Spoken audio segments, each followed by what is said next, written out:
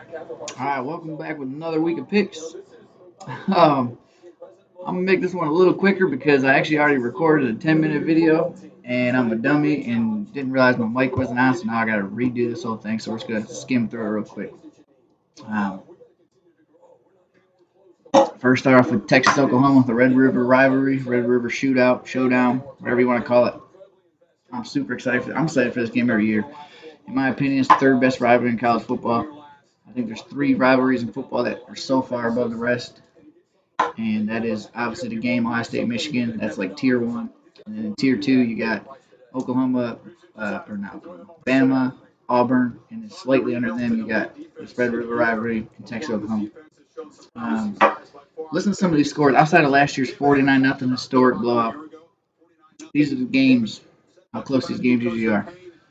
55-48, 53-45, four overtimes. 34-27, 39-27, 48-45, 29-24, 45-40, 24-17, 31-26. And that was all the way back to 2014. So this could be a good football game. I'm super excited. Um, Last year's a little bit of an outlier with Oklahoma transitioning with a new coach, defensive minded coach, which is actually improving this defense a lot this year. Um, I keep wanting to take Oklahoma this week, but I can't do it. I'm going with Texas this week.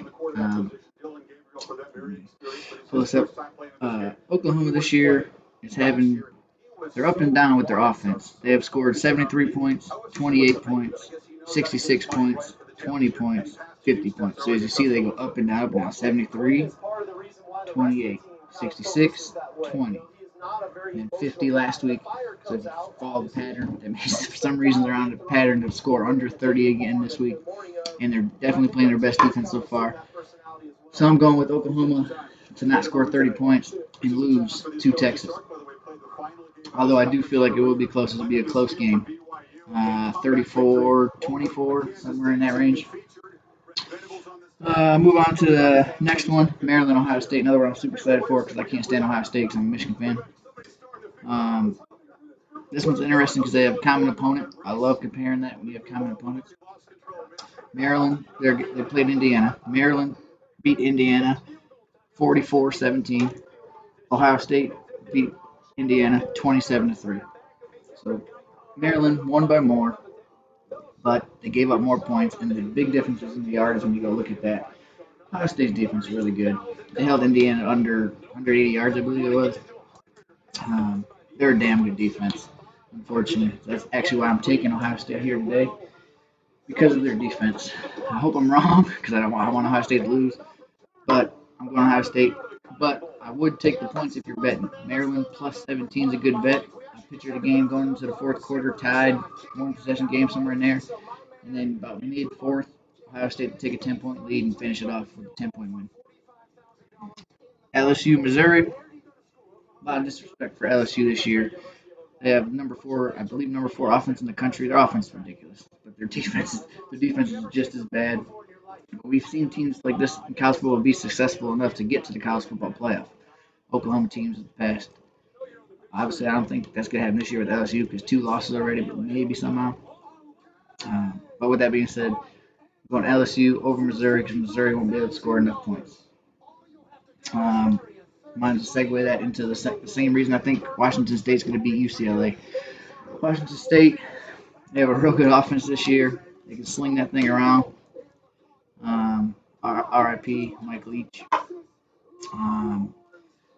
They play UCLA, who has a damn good defense like Ohio State, but their offense is struggling a little bit with a very talented five-star quarterback, Dante Moore. But he's a freshman, so he goes through some growing pains, some ups and downs. Relatively familiar with Dante Moore since I coached last year in Detroit East English Village. Dante is from Detroit Martin Luther King.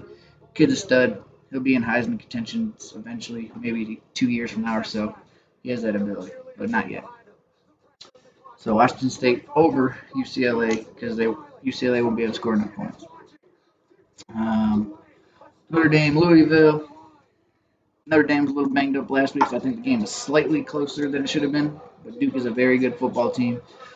I say closer than it should have been because obviously it came down to a crazy 4th and 16.